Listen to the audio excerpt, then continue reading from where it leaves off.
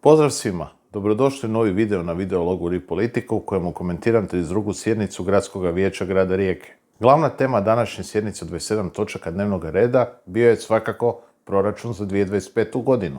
Zadnji proračun koji će ikada predložiti Marko Filipović. S obzirom da u Gradskom vijeću u ove 4 godine nije nikada bilo čvrste većine, i ovoga puta su pojedine stranke i vijećnici uvjetovali svoju podršku proračunu amandmanima te dodatnim zahtjevima. Tako su proračun podržali PGS, nezavisni vijećnik Davor Štimac i stranka Možemo, a vijećnici potonje stranke su svoju podršku dodatno uvjetovali skidanjem s dnevnog reda odluka o izmjenama prostornog plana i GUP-a, odnosno da se iz njih amandmanom izuzme prenamjena prostora bivšeg Istra Vina u zonu stambene mješovite namjene. Rasprava o proračunu je bila duga, ali predvidljiva. Klubovi i vijećnici koji su uvjetovali svoju podršku proračunu amandmanima pokušali su kroz raspravu to i opravdati, dok je oporba, prvenstveno klub Akcije mladih Unije Kvarnera Maše Magzan i Ive Rinčić, Most te vijećnik Centra Marin Račić, kroz raspravu i primjere ukazala na loš smjer grada i nesposobnost gradske vlasti, te da iz tog razloga ne mogu podržati proračun,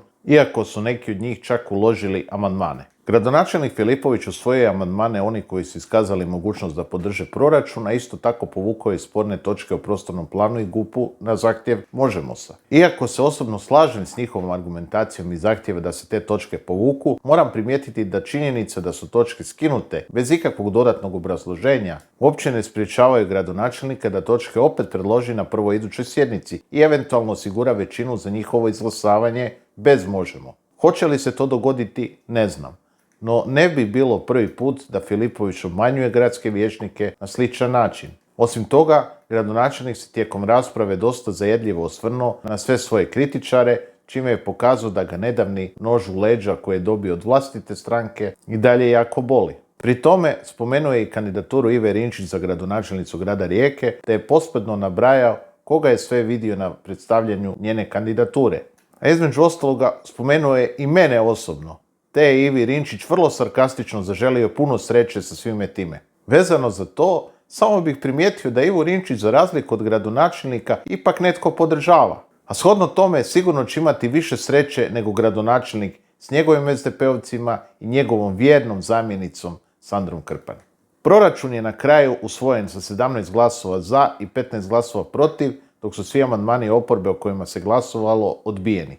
Sve druge točke izglasane su uz malo ili ništa rasprave, tako da je ostatak sjednice prošao glatko. Možda je tome doprinijelo i to što se nakon pauze za ručak dio vijećnika nije vratio, s naglaskom na cijeli klub HDZ-a. Nije poznato gdje su to baš svi njihovi vijećnici morali ići, ali teško da se radi o slučajnosti. U pogledu izglasavanja proračuna kao najvažnijeg gradskog dokumenta po koje se mjeri tko ima vlast, Marko Filipović iz svojeg mandata izlazi neporažen i to je objektivna činjenica. Međutim, u pogledu svega drugoga, evidentno je da je njegov mandat veliki podbačaj i potpuno izgubljena prilika. No, bilo bi nepošteno reći da je tu kriv isključivo on, već su krivi i oni koji su bili njegovi mentori, njegovi najbliži suradnici i drugi podupiratelji koji su mu na kraju okrenuli leđa kad je bio najslabiji.